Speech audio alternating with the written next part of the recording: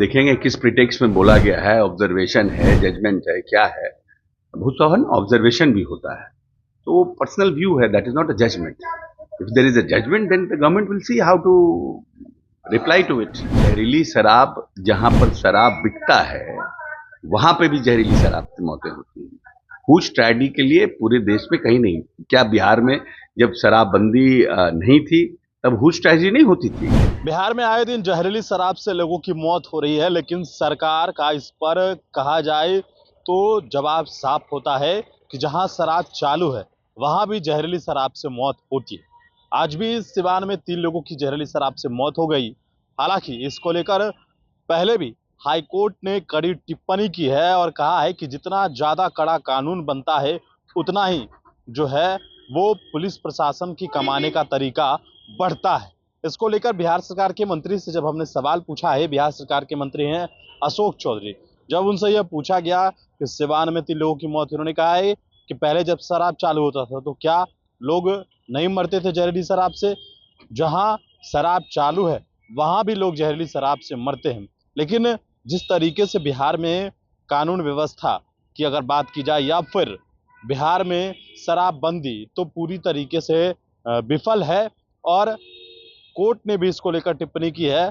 सरकार जो है इसको लेकर कई तरह की बातें कह रही है, लेकिन बिहार में लगातार जहरीली शराब से हो रही मौत को लेकर मंत्री अशोक चौधरी ने क्या कुछ कहा है, आप खुद सुनिए। आज पटना हाई कोर्ट का एक टिप्पणी आया है कि बिहार में जो शराबबंदी है वो फेलियर है।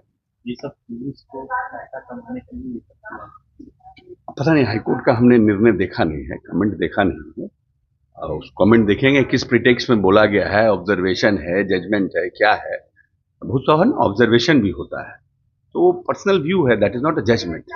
If there is a judgment then the government will see how to reply to it. Siwan में आज जहरीली शराब से 3 लोगों की मौत। देखिए, जहरीली शराब जहां पर शराब बिकता है वहां पे भी जहरीली शराब की मौतें होती हैं।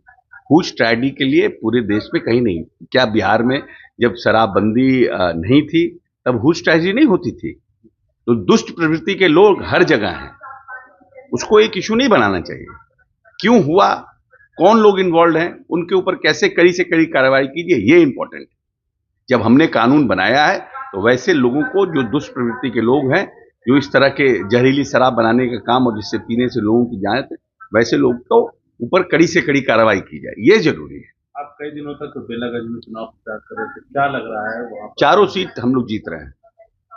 उपचुनाव की चारों सीट पर एनडीए का कब्जा हो रहा है। झारखंड में भी 2 सीटें नहीं, क्योंकि हम झारखंड में थे नहीं, लेकिन वहां पे जो खबरें आ रही है वो अच्छी खबर है। राजापाकड़ और जमशेदपुर दोनों की खबरें अच्छी खबर है।